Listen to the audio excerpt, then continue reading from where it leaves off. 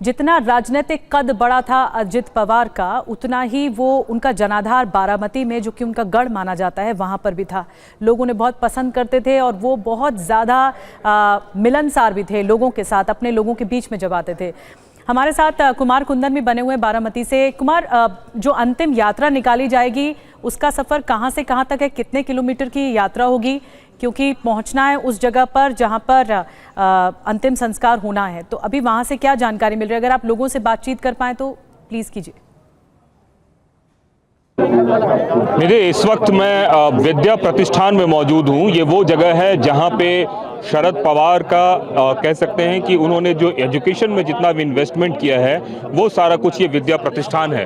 और जहाँ तक आपको मेरी नज़र जाएगी, ये इतना ह्यूज कैंपस है जिसके बारे में बता रहे हैं कि 1 लाख लोग यहाँ पे आराम से आ सकते हैं। और इस जो कैंपस है, इस जो विद्या प्रतिष्ठान है, उसके ट्रस्टी थे कोई और नहीं बल्कि अजीत दादा पवार। तो 1990 से लेकर 2026 तक वो यहाँ के विधायक भी रहे हैं और उसके पहले 1969 से लेकर अब तक वो 90 तक शरद पवार यहाँ के विधायक रहे हैं। तो ये पूरा का पूरा इलाका पवार फैमिली का एक तरह से बैस्टियन है और यहीं पे उनका अंतिम संस्कार होगा, जो आपको तस्वीरों में नजर आ रही होगी सामने में। अभी से थोड़ी देर पहले, 10 मिनट पहले निधि, यहाँ पे शरद पवार पहुंचे हैं और वो यहाँ पे आके उन्होंने एक तरीके से स्थिति का जायजा लिया और बहुत दूर दूर से यहाँ पे लोग आए हुए, उनसे भी एक बार बात करते हैं। सर, आप लोग किधर से आए, कहाँ से? सर, मैं बारामती से हूँ। मेरा जन्म बारामती से है, बट मैं सर्विस के लिए भी पूना में हूँ। अभी पूरे बारामती के लिए या पूरे महाराष्ट्र के लिए आप बोल सकते हैं हम बहुत भावुक हैं, क्योंकि आज तक का दादा का जो प्रवास है वो हमने बहुत नज़दीक से देखा है।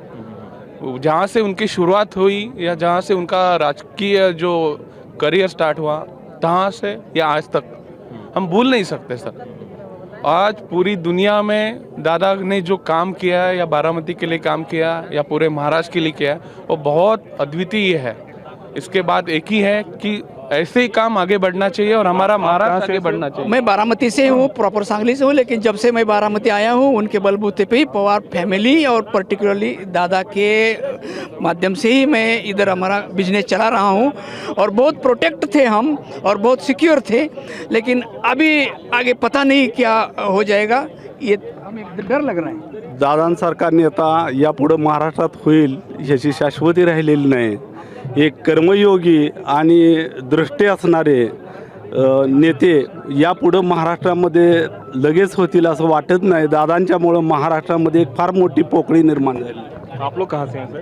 मैं मुंबई से आया हूँ। अच्छा, मुंबई से आए हैं। मुंबई से आया हूँ। मुंबई उपाध्यक्ष हूँ मैं। दादा नहीं मैं, हमारे को बहुत दुख हो गया है और इसके लिए हम बोल रहे कि दादा को मिलने यहाँ तक आए, लेकिन दादा नहीं मिले हमको। ये दुर्घटना बहुत दुखी की बात है।